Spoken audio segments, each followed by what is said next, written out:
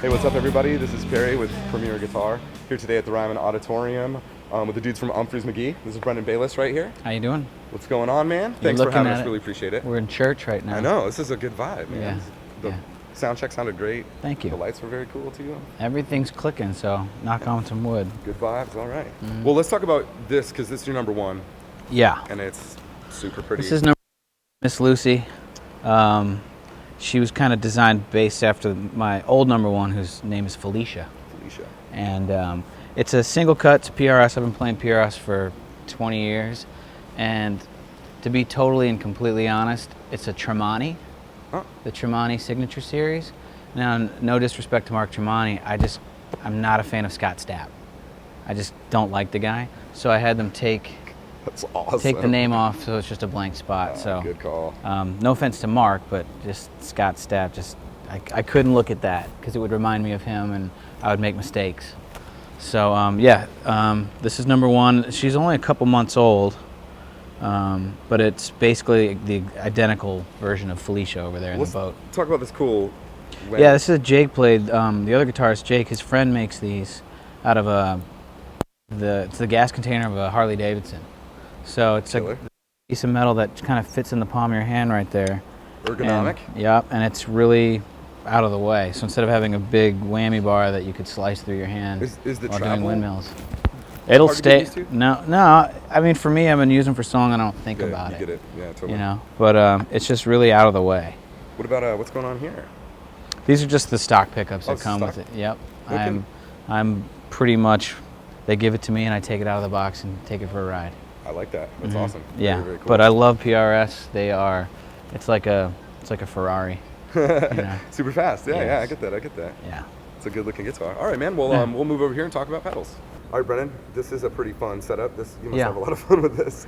Yeah, it's got a lot of possibilities. I like it. I'm going from the guitars. The first thing is hitting is this black box. And it's kind of like a preamp. It's got a tube in it, and it just gives it a lot of warmth and body. Just a clean boost kind of? Kind of, yeah. But it's just like the first thing that is hitting. So it's really sexy. If you take it out, you can totally notice the difference. But it's very subtle.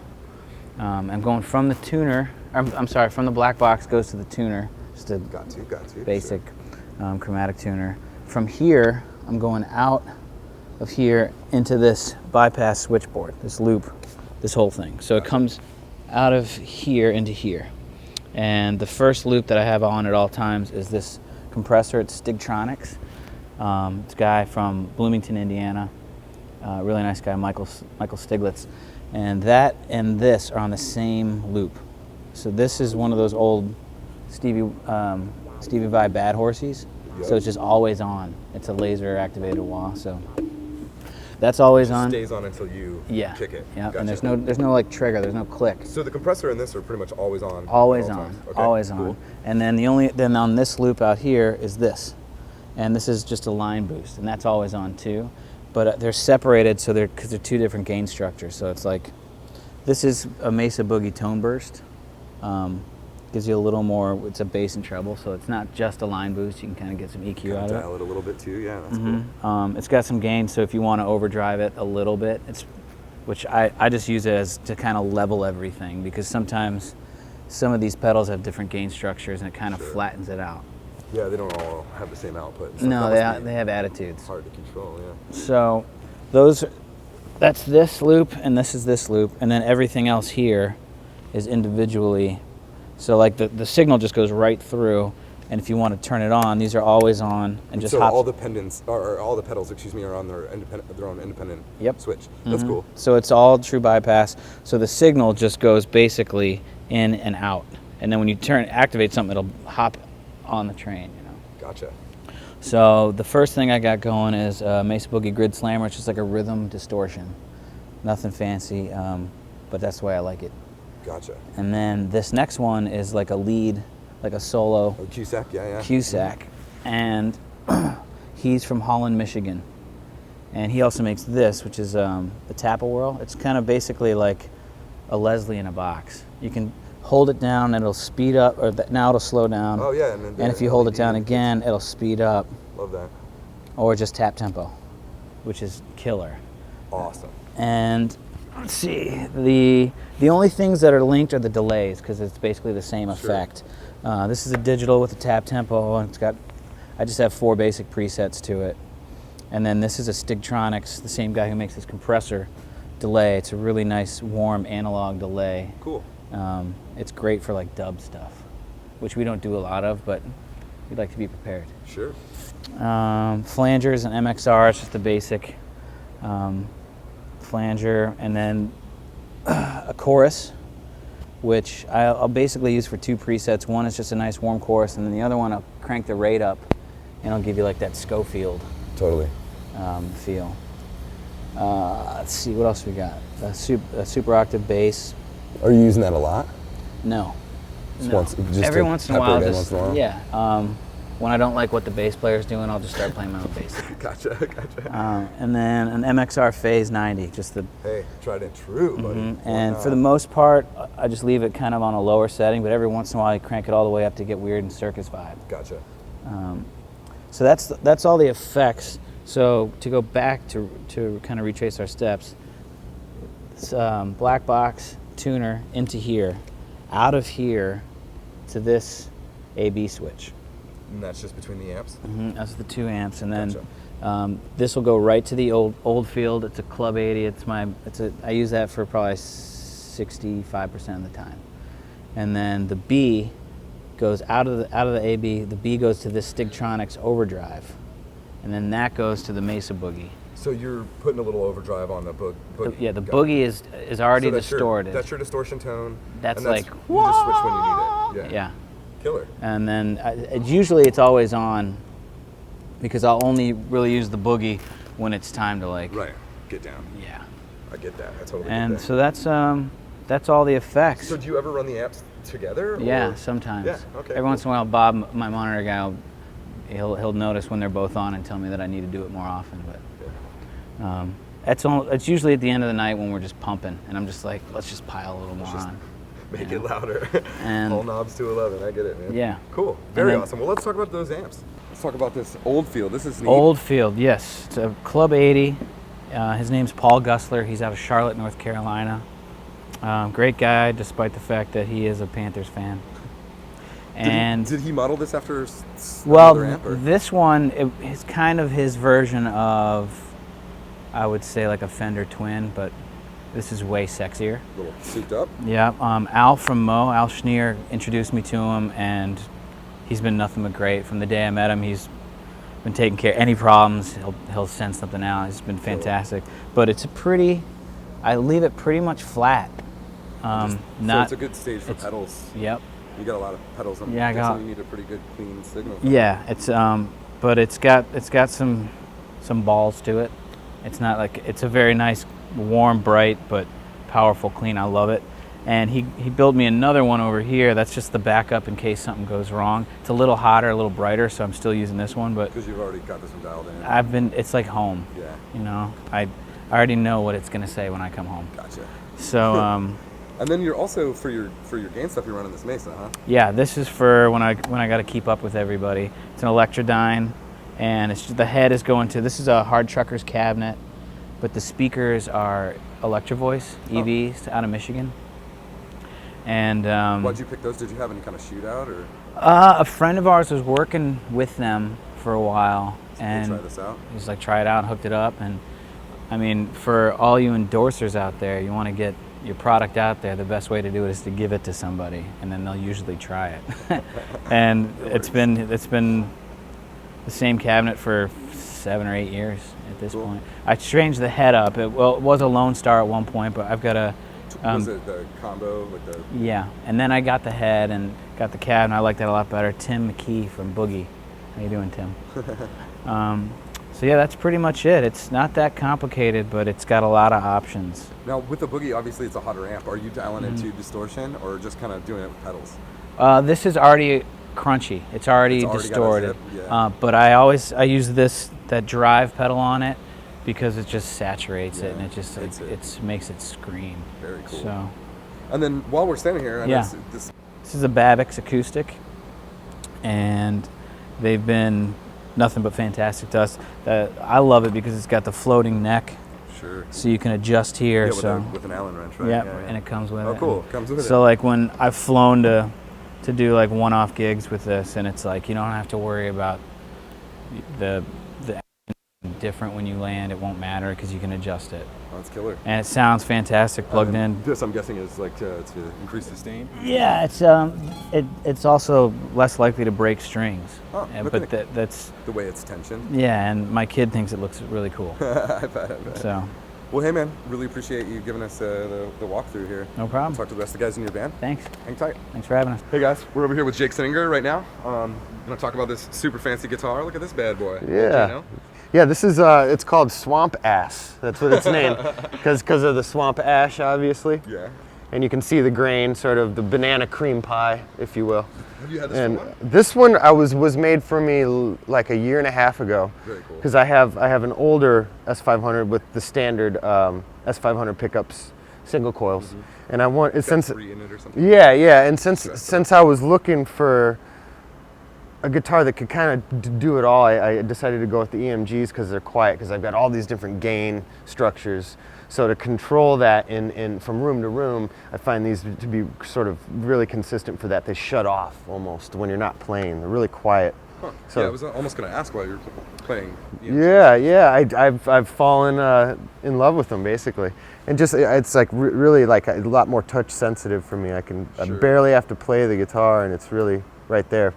So it's kind of like the Les Paul Strat combo, you know. I like that. Yeah. And then also you have this cool little. Yeah, this is called the Jake Blade. This is the original one, the first one, and it's like made out of like a Harley-Davidson tank metal, you know. So a buddy of mine, Mark Benjamin, came up with this idea and was like, because he always saw me pulling the back of the bridge for tremolo. Like a lot of it's just using it for chords and stuff like that. Just get a little warble. Yeah, it gives it like a little bit of a chorusing or Bill Frisell kind of And it's effect. not like you're trying to find the bar. Or something. Right, yeah, it's just right there, and my hand's so accustomed to just flecking and going there, so it's kind of a fast motion, and single notes really sound nice. You can get this like operatic sort of Really cool. warble to it, and it's a longer waveform than like a short like squiggly with the finger, so it's just a different emotive sound, you know. How does that play with your intonation and everything? Actually, it's pretty rock solid, because as you see, it's still all the traditional mechanism, and it's set up really taut, so it is actually floating. Yeah, it's kind of more treble than I. Yeah. There's and you know I really can really pull that baby down, and it seems to stay in tune. I've got like a lamb nut in here replaced, so it's just a little more consistent, but it's still old school design. Yeah. And just, you know, it's a boat anchor. You know, that's the beauty of these G&L guitars. Yeah, they're great, man. They're super good. Yep. Well, while we're talking guitars, yeah, let's talk about these amps. Yeah, you got a cool setup over here, man. Yeah, this is like my custom ODS Fuchs 100-watt head that Andy Fuchs designed for me. It's just got some cool little modifications. Is that like what you're running your high gain? This is mainly my clean, and then if I'm doing like singing distortion, I have a pedal pedal combinations that I do run through this. But this is my main sweet clean sound.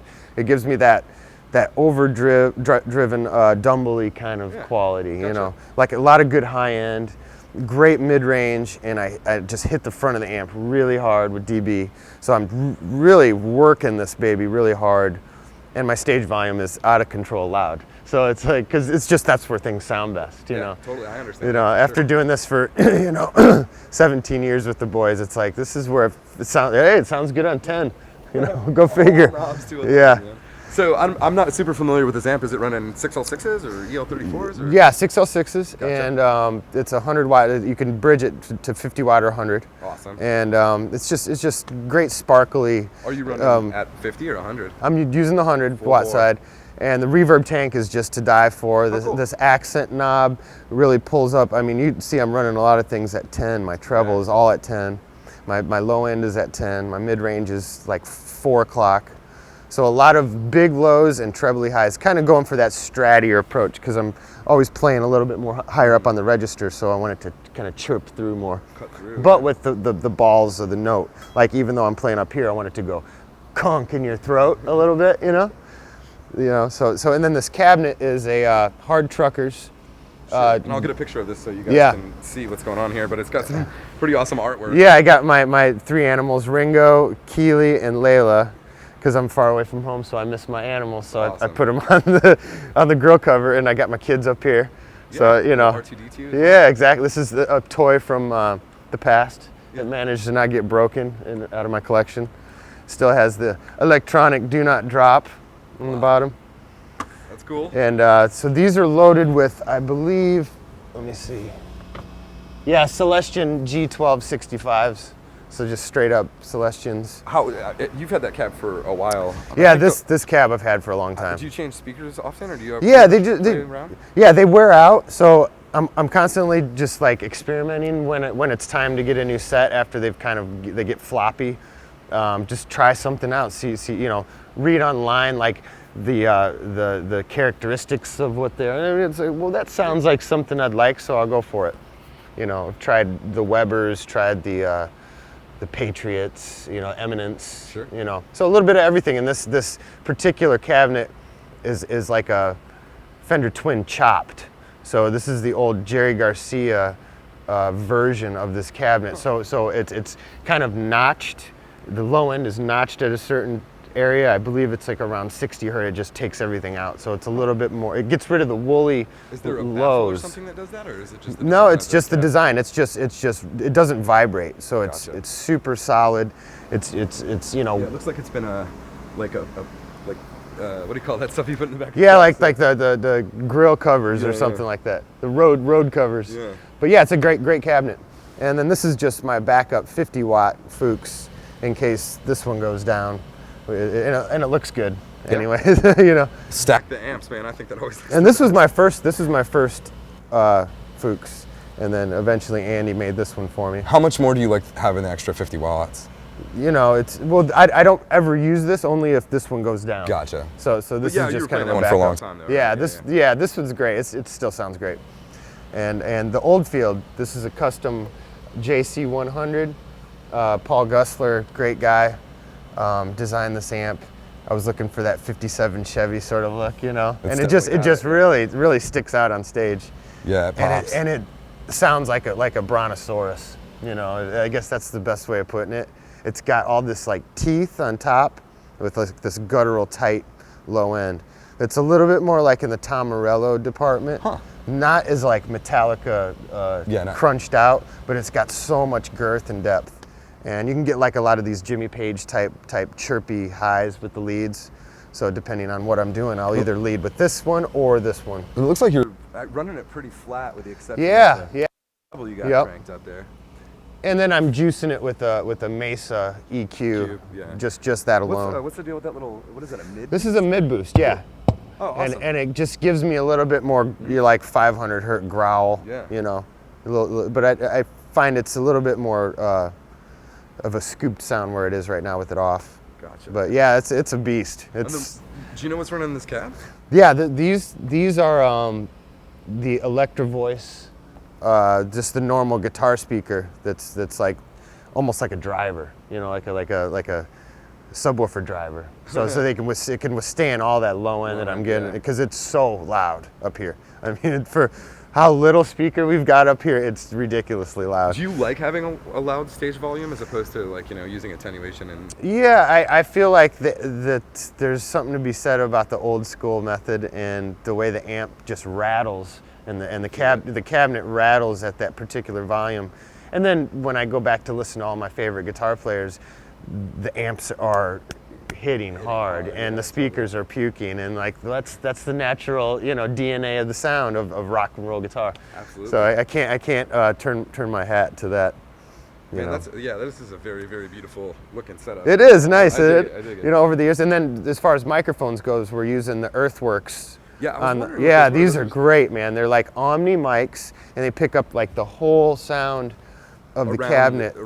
So instead of just like a 57, will just focus on a little bit of the cone, so you're really limited with the actual bloom of the speaker. You're getting all this like awesome bloom. Real sound of the speaker. Yeah, that's cool. And I'm a stickler, getting it just right, like right there it is. Yep, right there. You know. Do you try to mic those directly like in dead center in the cone, or? I find the sweet spot. It's kind of from room to room. If it's a dark room, I'll like find a little bit of, yeah. And then we're also going direct, running like the Hughes and Kettner red boxes and the Palmers. I think I got a Palmer over here. Right to front of house. And yeah, Chris Mitchell does a nice blending thing where you got that direct signal coming off of the pedal board, and then the mic signal, and it does this coupling thing, this split-second difference, and it just makes this huge fat guitar sound. Fills it out. Yeah. So all like the little intricate stuff really gets on top of the drums and the mix, and it doesn't seem like you have to push the volume as much. You guys have a really, really dynamic sound. You know, all over the place, it's so fun. When you're playing soft, I guess that's gotta. It's that progressive tendency, you know, to like be classical with it and sort of maneuver. So this is as versatile as I can get for running the way I do, which is old school. You know. Yeah, 2 amps. That's awesome. Yeah, no digital. You know. No well, speaking of digital stuff, let's talk about all these fancy pedals over here. Yep, sure. All right, Jake, tell me about this. This looks like the most fun. You guys have the coolest job. Yeah, and you know, this has been about 10 years in the making. So it's all finding the right components that really better the night and the songs that we're playing over and over after all these years. Yeah. So I'll just kind of go in line how my signal path is. Cool. And so number one here is this. So we'll just start with this. This is a Pedal Racks. Pedalboards.com. I mean, this is probably 11 years old, and it's never went down on me. It's just like a tank. It's built out of metal. You never had to change the pots or anything? No, I can't believe it. And so it's a true bypass sort of switching system to where I can keep a clean tone without going through each one of these wires for my outcome, unless I do engage everything. Right. So first thing we're going through here is I'm running into the Plush, Royal Plush compressor. And then that's, the Fuchs Plush, and then that's going into my Bad Horsey Morley Wah. And then number two, we're not using right now. Number three, there's the noise, is the Tone Bone Classic, which gives me like a nice sort of amp sounding distortion with the clean driven amp. Gotcha. So I've got like a bit of a Marshall-y kind of vibe right here with the tube driven so pedal. Do you have like a 12AX7? Yeah, it's got a 12AX7 and it's got all these killer notch filters, so you can like scoop in and out, bright, flat, dark, or like 7 dB of mid-range, or like which gain structure do you want. And then my main lead pedal is this Fuzz Bucket, which is a super rare. You can't find them anymore. It's by MHE pedals out of Birmingham, Alabama. Some boutique-y. Yeah, and he made 2 of them for me. One went down, and this is the only one left, you know? Wow. So it's kind of David Gilmour in a box. You got like this nice sharp edge, and then this is David Gilmour, on steroids. Totally. And then, so that's number 4. Number 5 is my Moger Foger delay. Super versatile, really warm, studio sounding delay. And do you leave it kind of set? Yeah, well, I got tap tempo here, and then I just hit 5 if I want it. Yeah. So you've got it dialed in. That's. Yep. And then in general, it's just kind of mild usage. You know, just kind of like a ghostly vibe. You know. So after 5, we got 6. 6 is my Mindbender BBE chorus pedal. This thing's great. Sounds like a Leslie. If you want it, you can speed it up and. Really good sounding. I think Will Ray designed this from the Helicasters. Yeah. Crazy. So it's one of his pedals. It's kind of a Danny Gatney. You can get that sort of Leslie trim out of it. Very cool. 7 is like the really fun zone. We've got this super shifter, which I generally use on like a double octave high. So I can get this like chirpy type thing, and that's going into like a Univibe sound blocks to Source Audio. So I'm kind of using this on Univibe mode. And then this fuzz, this Maleko fuzz, if I decide to throw it on, I'll just click it on up here. Sure. So all these are run together, and then with my old original Gaiatone MD2 delay, which is just a trashy, awesome old delay, you can get all these like regenerated signals like tape sounds and stuff. That's so cool. You know, so it's like I don't know if they might be reissuing those, but that's one of the original ones. And last but not least, number 8 is my phase shifter, classic, good funky. PH3. Yeah, just can't go wrong with that one. It's super versatile. It's got all the different stages. Sure. Yeah, And those are all then super fun to play with. to round it out, this buffs all this sound. I'm using this Cold Fusion overdrive just barely on, kind of like a Klon Centaur. So this is giving me a lot of this mid-range, sort of 500K to 1K boost, and I'm hitting the amp really hard with this. Are you leaving it on? Yeah, it's on the whole time. Yeah. Gotcha. So barely any gain. It's all just kind of for volume. That's the secret to my sound right there, and really hard to find pedal. It's made in Germany. Huh. I don't think they make them anymore. It's one of those like I bought two, and like hopefully one doesn't break down. Yeah. Okay, and then moving on. This is the black box. This is actually what I go into first, and then this goes into the compression. This is a steel guitar black box tube buffer. It's got like so it doesn't really do anything to the tone, but just clean up nasty frequencies. It's almost like a mastering lab for your guitar, you know? So it gets rid of like brittle highs, weird mids, and weird lows. Like a limiter? It doesn't really, no. It's like a tube preamp for your guitar, Gotcha. just a direct in. And a lot of the steel guitar players around Nashville here love this Pristine, thing. clean Yeah, this sound. is like a secret weapon for the steel guitar players. And we found they sound great for the guitar. Really? And so this is just the end for my old field. So this is all mainly for the Fuchs amps. Gotcha. And this is for the old field. Basically running a Mesa 5, one of the new 5-band graphic EQs, just pulling a lot of highs, going to my distorted amp. And then this is just for extra juice if I want a little push over the cliff, you know, kind of thing. And then my AB switch from my Fuchs, yeah. You know I'm loud if it sounds like that already. So that's pretty much it right there. Very cool. Yeah. Guys, we're here with Ryan Stasik playing bass, and I want you to tell me about this thing. This looks awesome. It's a new 5-string bass from F-Bass out of F-Bass. Canada. Yeah, I've been playing an F-Bass for several years now, and we had this one custom made. It's a chestnut top. The pickup covers are beautiful. Yeah, they do some really good work out there. Check out F-Bass. George and Marcel definitely know what they're doing. And we picked this out together, me and Marcel. And it's a brighter wood, but not like the African woods, not too bright, because I like to get nice mids and lows. And it's an ash body with a maple neck. And, Do you know what the pickups are? Are they custom? I'd have to look. So is the reason you're using this bass because it's versatile? Like you feel? That's exactly the reason. I like to have the range that it has too, especially in our band because we cover so many different genres and styles. All over the Yeah, place. you never know who's going to take the lead and if you're going to go metal, if you're going to go jazz, if you're going to go funk. So this bass can kind of handle it all. Do all those, and then so are these? This is your equalizer here with your 3-band EQ. Yep, bass treble knob, and then the pickups, and then you can either do hum canceling, or have them both, and then your tone. And if you want it to be passive, it's also a pull passive. Oh, okay. Too. Yeah. Yeah, that does cover all the bases. Yeah, I yeah, guess. they know what they're doing up there. All right, It's man. good stuff. Well, since we're right here, let's talk about where you're running. Okay. SPT Classic? No, that's up there for show right now. That's up for a backup. backup? A lot of times you have the problems where stuff blows up, so you got to have a backup. So currently right now, I wrote it down here for you guys. I'm running. For those of you guys at home that really Want to know. I actually literally just changed, starting this year, a new rig. Oh. I had something different before, and my sound man and I got together, and we decided it was time to bring out an 18-inch subwoofer and ditch the 15. Thumping low end. Well, yeah, interesting enough, we thought that it would do that, but what it really did is it really expanded the mids. Oh, cleaned up the mid-tone, huh? Cleaned up the kidding. mids, great.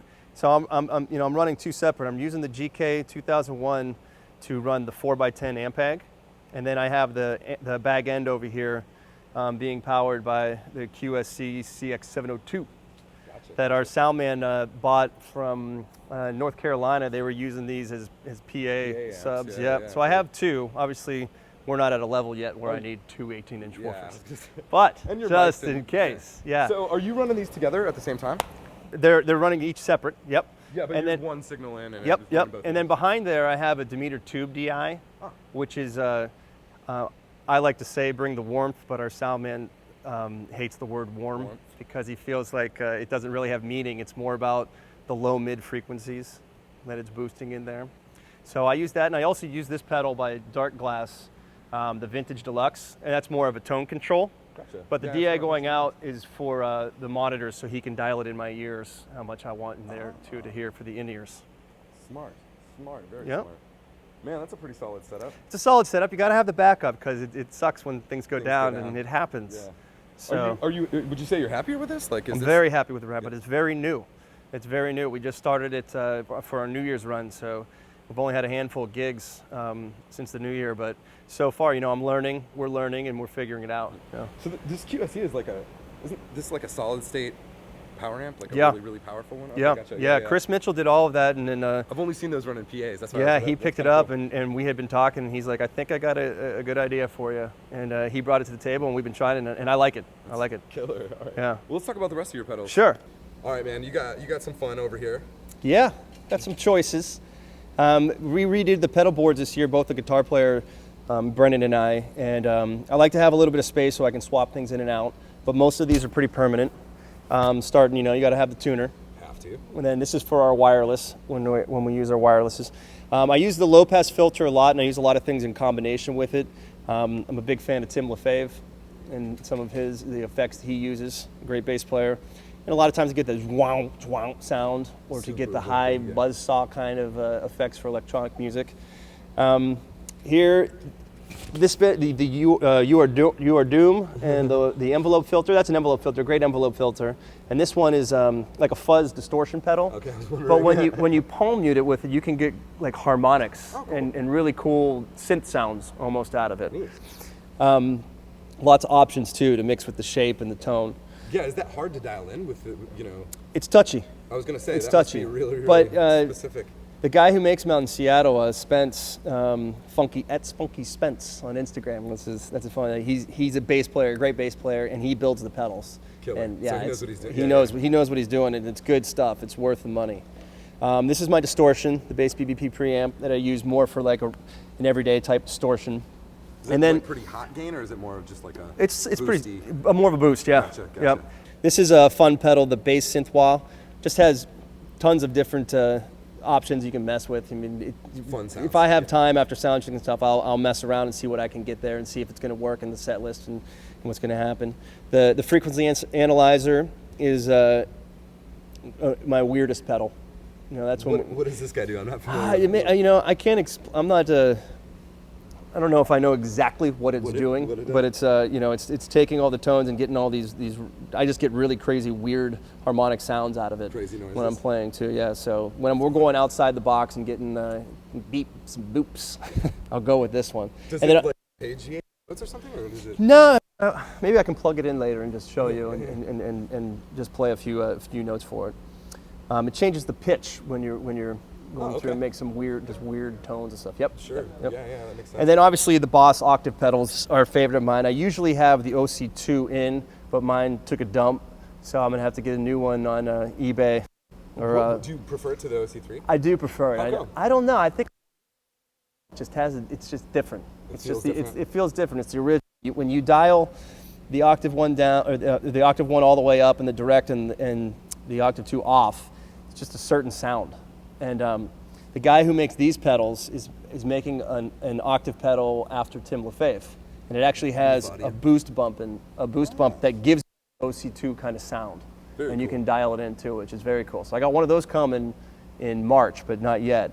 This is the OC3, which is, you know, it's similar, but to me it's just not the same. It's not the same. You I know? get that. And they don't make the OC2 anymore, and people, you know, have like, I know people who own like 10 of them. I'm gonna have to give them a call. Yeah. Trying to get one or two there. And then I'm using the expression pedals here on the Mogafoger on the resonance and the cutoff, depending on what tone I'm going for. Sometimes that if we're doing like dub reggae, you can get a real beefy, you know, B15 tone or something like that. And then I have pedals depending on the song, like, you know, if I have a flanger, and I like to have space in my board so I can swap some things out. And in our band, sometimes we do 1 to 2 covers a night, depending on what we've played before and whatnot, but certain songs call for certain pedals. Sure. You know, like we do a Tool cover 46 and 2, and you kind of have to have a flanger. Yeah. So I'll throw that in there if that's going to be on the set list. Oh, that's cool. So you literally change it up per set list? What you got? Yeah, I mean, it depends on the song. This is my basic, what I'm running with right now, but Yeah, it just depends if a certain cover calls for it, then I'll throw it in there. Super fun setup, man. Yeah, thank you. And then under here, it looks like this is power supply. Power supply. Yep. Cool. Yep. Very cool. I think that covers it. Yeah. Hey, man, I can't tell you. Taking the time to show us all your fun toys. No problem. Wait, before we leave. Yeah. So, my hand was on it the whole time. I'm not looking at it, so I wasn't thinking. But yeah, I am not a bass player, so I'm not exact. I've seen these all over the place. Enlighten me. What does this guy do? Well, that's the Taurus 3 pedal. Jake and I both have the Taurus 2 pedals that they no longer make. I prefer the Taurus 2 because it was a C to a high F. Oh, gotcha. So you're kind of limited to just one octave, and I like to change the octave manually. You can transpose, but I'm mainly using my feet, and I'm not very gifted with playing fast with my feet. So I use it for more of pedal toning or dropping bombs more. But cool. on the Taurus 2 pedals, which always broke on us, they were a lot more versatile to use two hands with, where you could tweak things like the cutoff in here.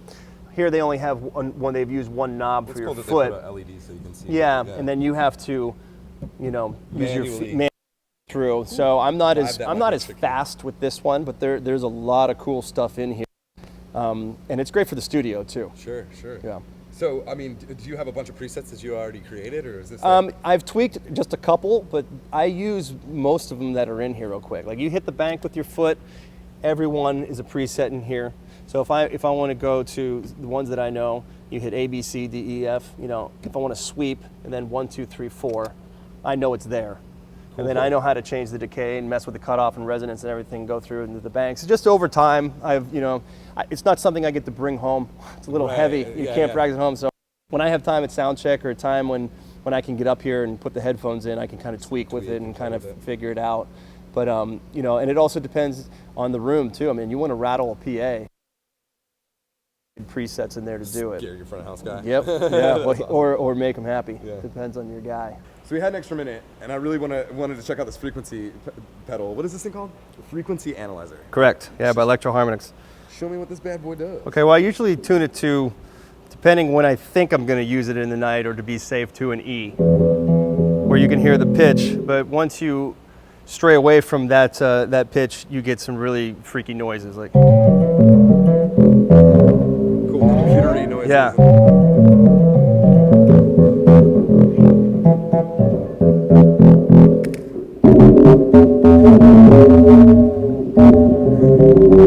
Stuff like that. Cool. So whenever we want to get out of the box, we want to get weird for a while, that's a fun pedal to have in the mix. And then using it with the low pass filter or the octave pedal and on and off and stuff is some fun stuff to experiment with. Very cool. Yeah, okay, man. Thanks cool for showing pedal. us that pedal, man. Absolutely. I really appreciate it. You're welcome. See you guys later. Don't forget to sign up for PG Perks, your all-access pass to exclusive gear giveaways and discounts on PremierGuitar.com.